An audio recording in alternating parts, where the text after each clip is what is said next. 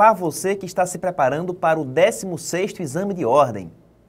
Eu me chamo Mário Godoy e sou responsável pela disciplina Direito Civil, aqui no curso Eu Vou Passar na OAB.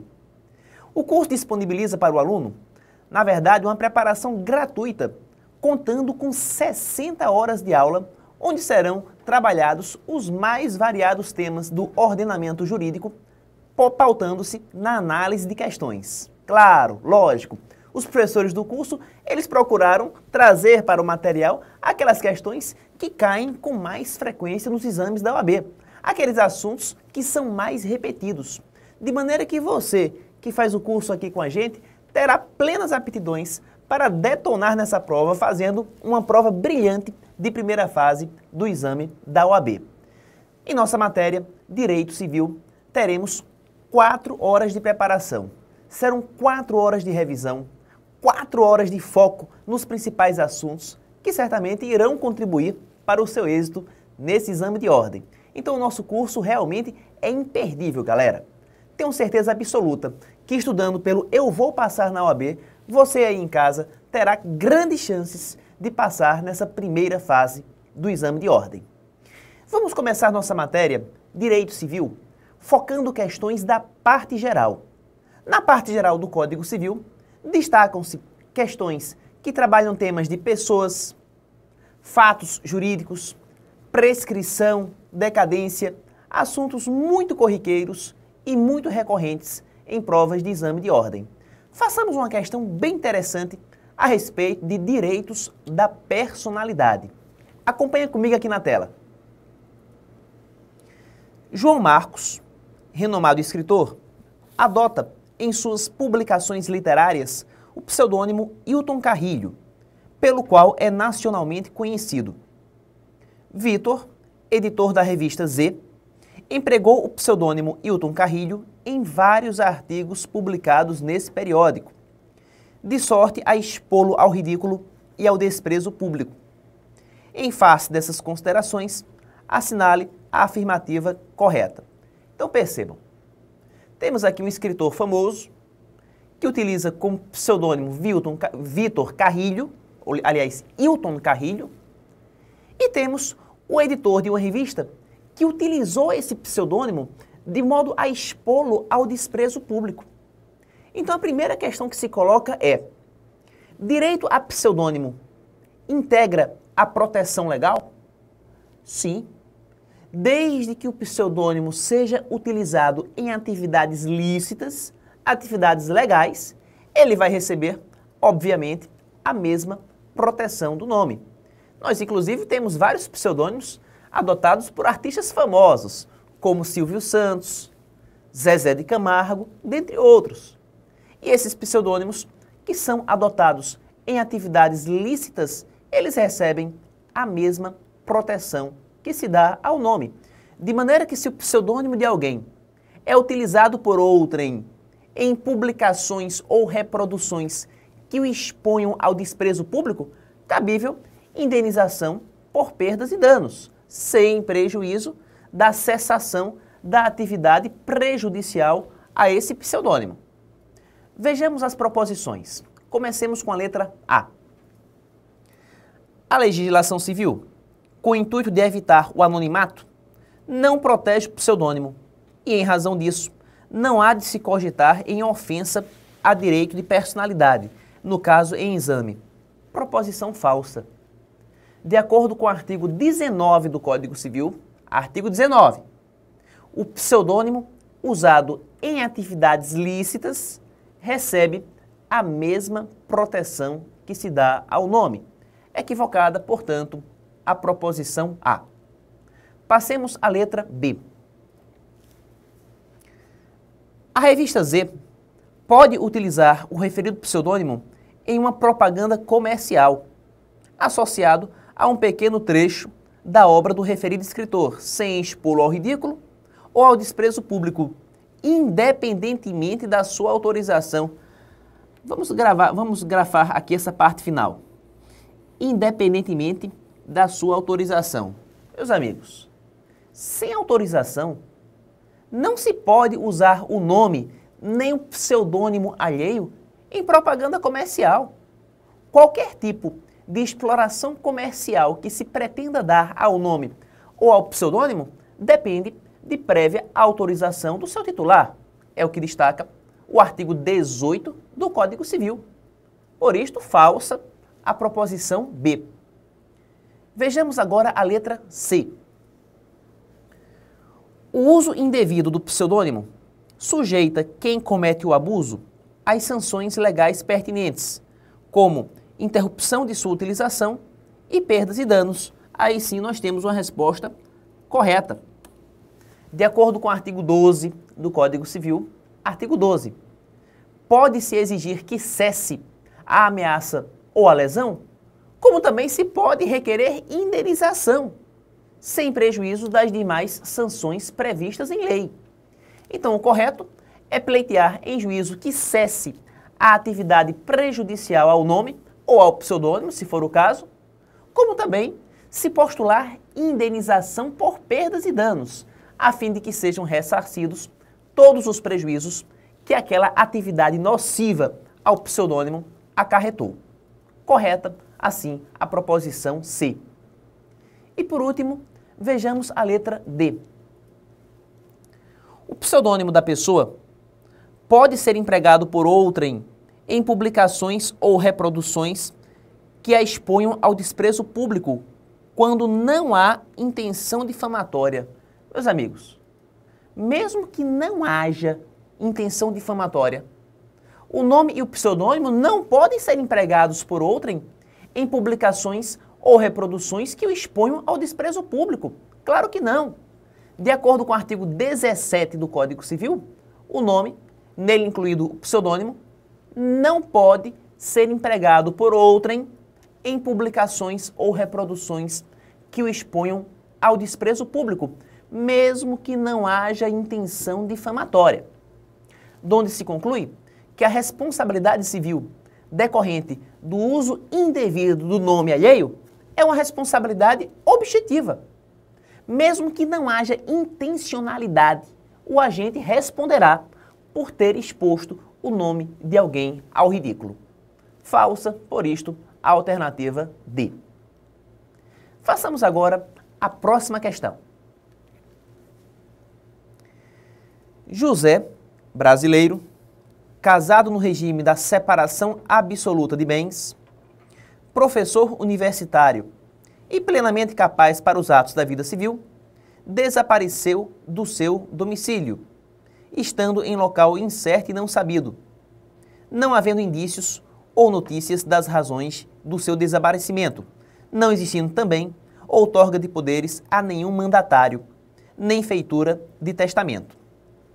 Vera, esposa, e Cássia, filha de José e de Vera, maior e capaz, pretendem a declaração de sua morte presumida, ajuizando a ação pertinente, diante do juízo competente. De acordo com as regras concernentes ao Instituto Jurídico da Morte Presumida com declaração de ausência, assinale a opção correta. Meus amigos, a questão em análise, ela trabalha o tema da sucessão por ausência.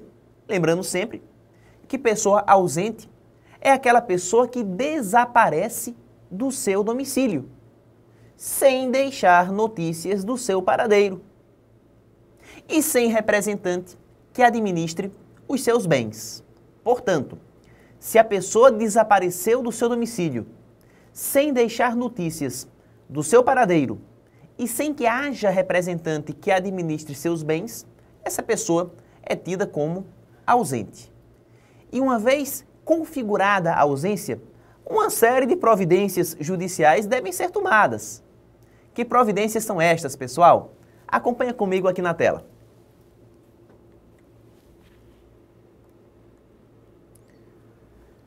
Vamos colocar aqui, em resumo, os trâmites que devem ser percorridos pela família diante da configuração do estado de ausência. Meus amigos, o primeiro procedimento que deve ser implementado é o procedimento de curadoria provisória.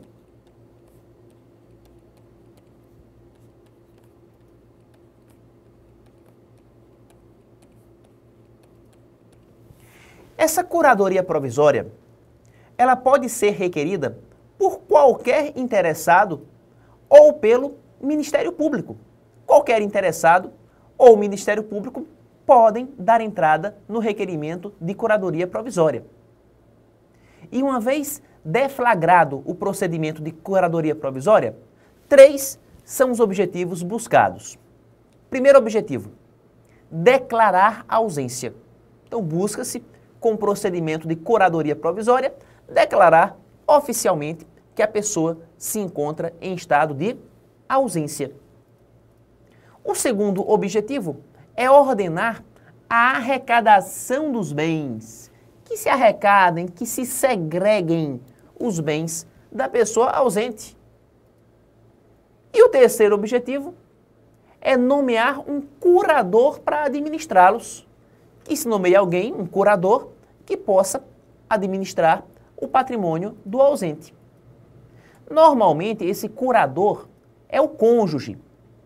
Mas para que o cônjuge seja curador, é necessário que ele não esteja separado judicialmente ou de fato há mais de 2 anos.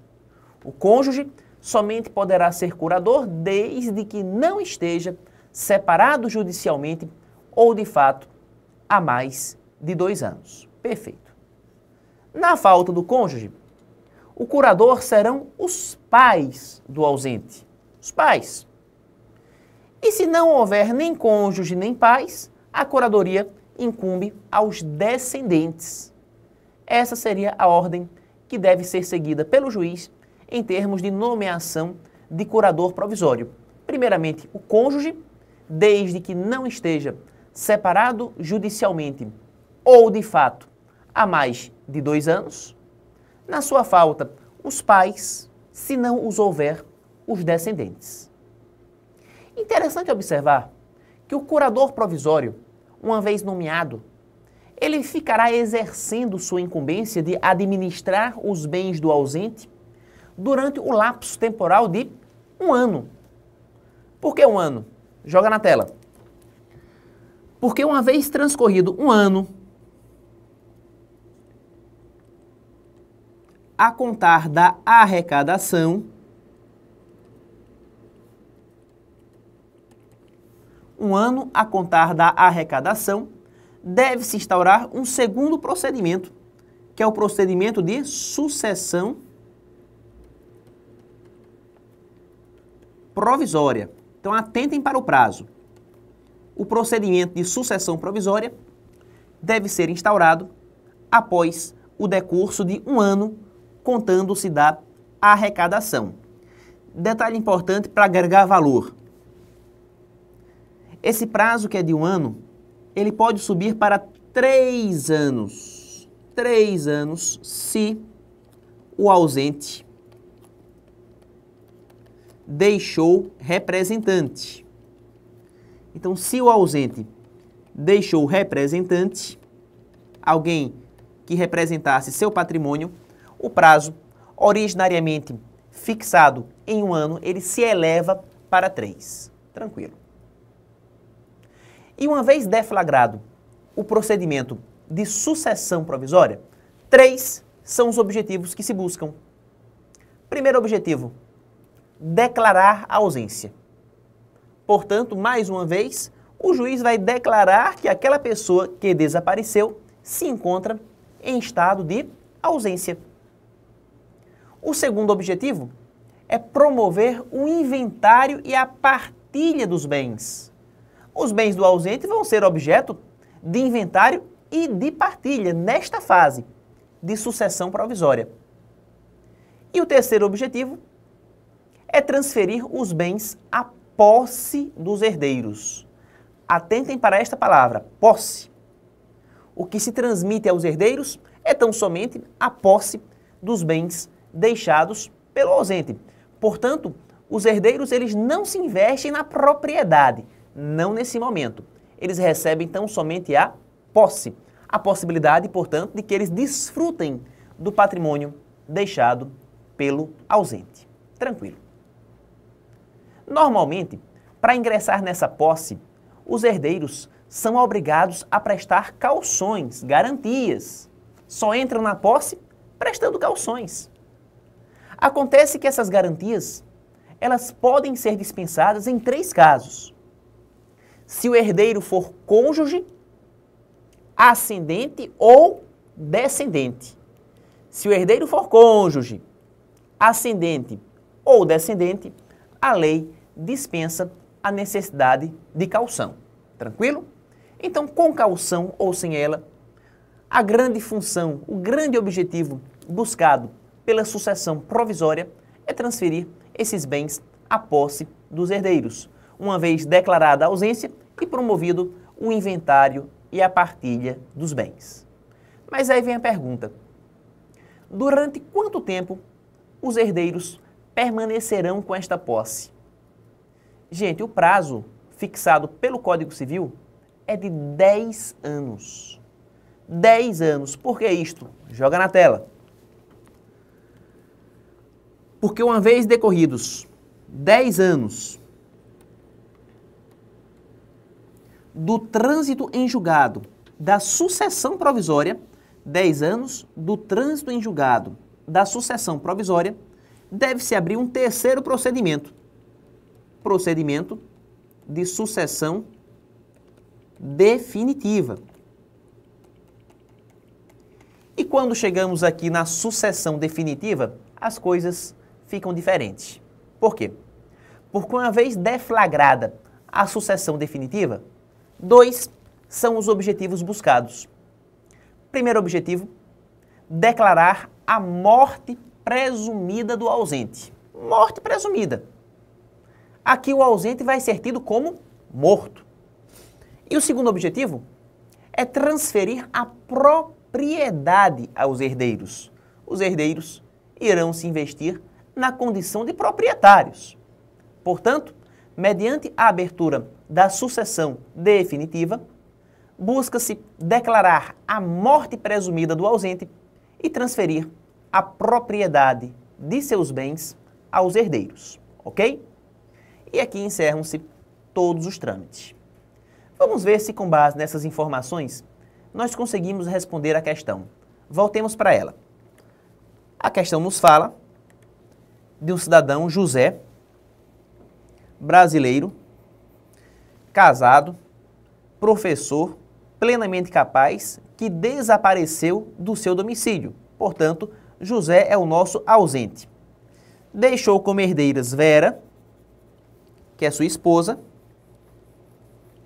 e Cássia, que é sua filha. E elas pretendem declaração de sua morte presumida, ajuizando a ação pertinente diante do juízo competente. Então, todos esses procedimentos que vimos deverão ser percorridos por Vera e por Cássia, enquanto herdeiras de José. Vejamos as proposições. Letra A.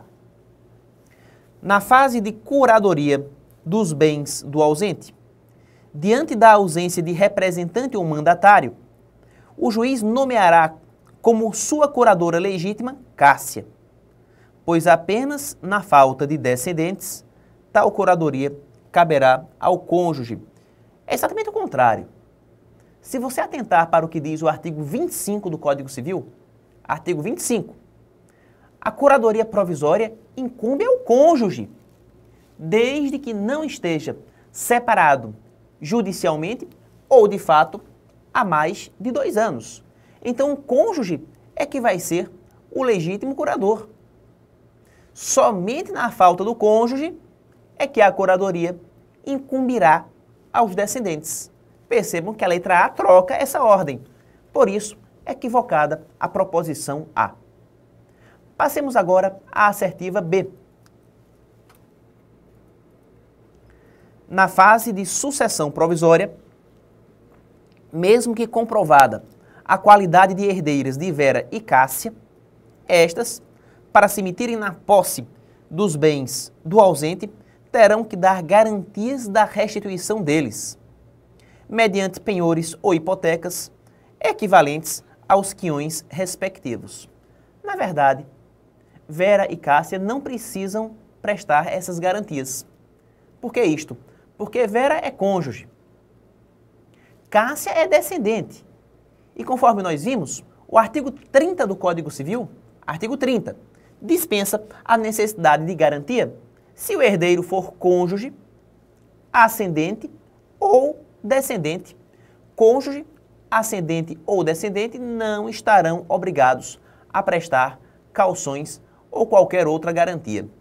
Por isto, falsa a proposição B. Vejamos agora a letra C.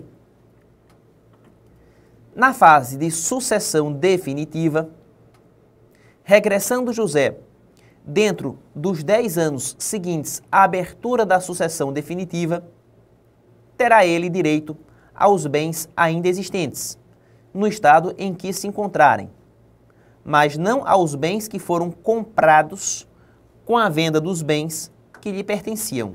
Atenção aqui. O que aconteceria se, porventura, o ausente retornasse? Se ele retornasse após a sucessão definitiva, após percorridos todos os trâmites legais previstos pelo Código. Meus amigos, esse eventual retorno do ausente, que embora improvável, não é impossível, ele vai fazer com que algumas consequências de ordem patrimonial aconteçam. E a primeira consequência, se o ausente regressar dentro dos 10 anos seguintes à abertura da sucessão definitiva, entendam, se ele regressar nos 10 anos seguintes à abertura da sucessão definitiva, abriu a definitiva, ele voltou dentro dos 10 anos seguintes, ele vai ter direito a todos os seus bens de volta, no estado em que se encontrarem. Então a lei confere ao ausente direito a todos os seus bens no estado em que eles se encontrarem. Mas aí você me pergunta, e se esses bens tiverem sido vendidos pelos herdeiros? Gente, se esses bens foram vendidos, o ausente, ele pode cobrar o preço dessa venda. Ele cobra o preço. E se esses bens foram permutados, trocados por outros, ele pode cobrar os subrogados. Subrogados são os bens que foram dados em troca. É o que determina o artigo 39 do Código Civil. De acordo com o artigo 39, regressando o ausente dentro dos 10 anos seguintes à abertura de sua sucessão definitiva, ele poderá reaver de volta os seus bens no estado em que se encontrarem, ou se foram vendidos, o preço dessa venda, ou se foram permutados, os subrogados, os que foram dados em permuta. Percebam que a letra C, ela fala diferente. Joga na tela. Ela fala que ele não pode reaver os bens que foram comprados com a venda dos bens que lhe pertenciam, que são exatamente os subrogados. A questão diz que o ausente não pode haver os subrogados. Claro que pode. Está lá no artigo 39 do Código Civil. Por esta razão, falsa a proposição C. E por último, vejamos o que diz a letra D. Quanto ao casamento de José e Vera, o Código Civil atual reconhece efeitos pessoais e não apenas patrimoniais ao Instituto da Ausência, possibilitando que a sociedade conjugal seja dissolvida como decorrência da morte presumida do ausente. Realmente, se nós atentarmos para as regras de direito de família, lá no artigo 1571, parágrafo 1º, artigo 1571, parágrafo 1º, iremos perceber que o casamento civil, ele pode ser dissolvido pela morte presumida. A morte presumida, meus amigos, ela dissolve o casamento civil.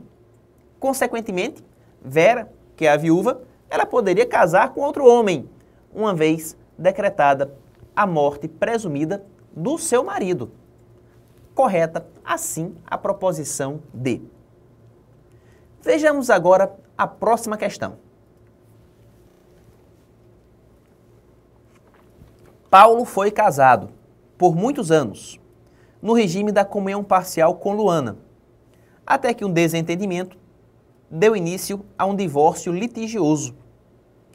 Temendo que Luana exigisse judicialmente metade do seu vasto patrimônio, Paulo começou a comprar bens com capital próprio, em nome da sociedade da qual é sócio, e passou os demais também para o nome da sociedade, restando em seu nome apenas a casa em que morava com ela.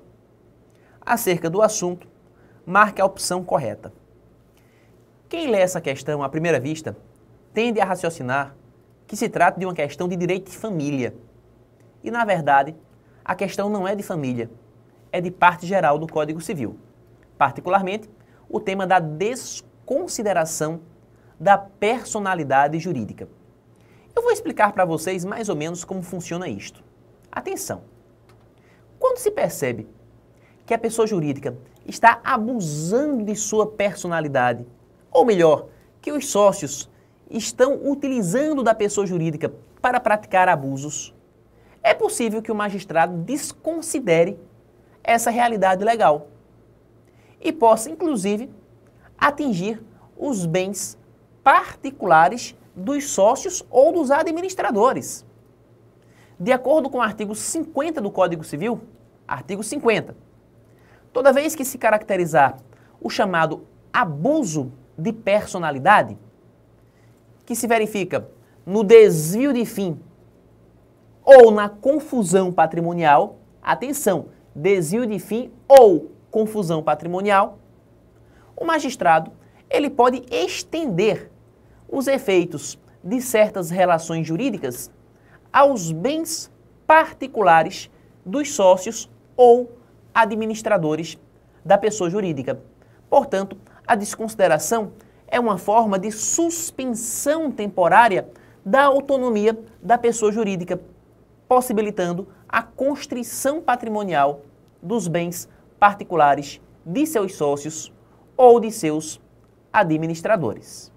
Valendo destacar que desconsideração se decreta em caso de abuso de personalidade, que se caracteriza, ora, pelo desvio de fim, ora, pela confusão patrimonial. Perfeito. Entretanto, ao lado dessa figura tradicional que é a desconsideração, a nossa jurisprudência passou a compreender a possibilidade da chamada desconsideração inversa. Desconsideração inversa, que é exatamente o oposto dessa realidade que acabamos de mencionar. Como é que funcionaria a desconsideração inversa? Raciocinem. Marido e mulher casados. O marido, de modo a frustrar os direitos da esposa, repassa bens do casal para uma pessoa jurídica. Ele cria uma empresa de fachada e repassa para esta empresa todos os bens do casal. Ao fazer esse repasse, ele pede o divórcio. O que é que se discute no divórcio, pessoal? Partilha de bens. Só que o marido em questão, ele declara com a cara mais cínica desse mundo que não existem bens a partilhar. Como assim? O casal não tem bens. E a casa, e o carro, e as aplicações, e os investimentos estão todos no nome da pessoa jurídica. Vejam que maldade. Ele criou a pessoa jurídica para repassar para a empresa os bens que integram o patrimônio conjugal. De certa maneira, a esposa ela vai se ver frustrada em seus direitos. O que é que ela faz? Ela requer ao juiz a desconsideração inversa, que é uma maneira de alcançar, dentro do patrimônio da pessoa jurídica, os bens que para ela foram repassados por seu marido. Então, quando o objetivo é buscar os bens dentro do patrimônio da pessoa jurídica, bens que foram repassados fraudulentamente, lança-se mão da chamada desconsideração inversa, que se aplicaria perfeitamente ao caso trabalhado aqui pela questão. Vejamos as proposições. Letra A. A atitude de Paulo encontra respaldo na legislação, pois a lei faculta a todo cidadão defender a sua propriedade, em especial de terceiros de má-fé. Gente, Se existe alguém de má fé nessa história, é Paulo. Paulo é que utilizou do subterfúgio, da confusão patrimonial, da mistura de patrimônios, para prejudicar os direitos da sua esposa. Portanto, ele não será protegido. Equivocada a proposição A. Vejamos a letra B. É permitido ao juiz afastar os efeitos da personificação da sociedade nos casos de desvio de finalidade ou confusão patrimonial. Perfeito. Mas não o contrário, de modo que não há nada que Luana possa fazer para retomar os bens comunicáveis. Claro que ela pode fazer algo para retomar os bens comunicáveis. E esse algo é exatamente a desconsideração inversa, buscando dentro da pessoa jurídica os bens que o seu marido fraudulentamente desviou. Equivocada, portanto, a proposição B. Vejamos agora a assertiva C. Sabendo-se que a teoria da desconsideração da personalidade jurídica encontra aplicação em outros ramos do direito e da legislação, é correto afirmar que os parâmetros adotados pelo Código Civil constituem a teoria menor, que exige menos requisitos. Exatamente o contrário. O nosso Código Civil, ele adota a teoria maior porque estabelece mais requisitos. Para que ocorra desconsideração pelo Código Civil, tem que haver abuso de personalidade, que se caracteriza ou pelo desvio de finalidade ou pela confusão patrimonial, teoria maior da desconsideração. Equivocada, portanto, a proposição C. E por último, vejamos a letra D. No caso de confusão patrimonial, gerado pela compra de bens com patrimônio particular em nome da sociedade, é possível atingir o patrimônio da sociedade, ao que se dá o nome de desconsideração inversa ou invertida, de modo a se desconsiderar o negócio jurídico, havendo esses bens como matrimoniais e comunicáveis. É exatamente isto. Desconsideração inversa. Busca-se dentro da pessoa jurídica os bens que foram repassados pelo marido. Correta, assim, a proposição D. E aqui encerramos esse primeiro bloco do nosso curso. Um forte abraço a todos e até o bloco 2. Não saiam daí!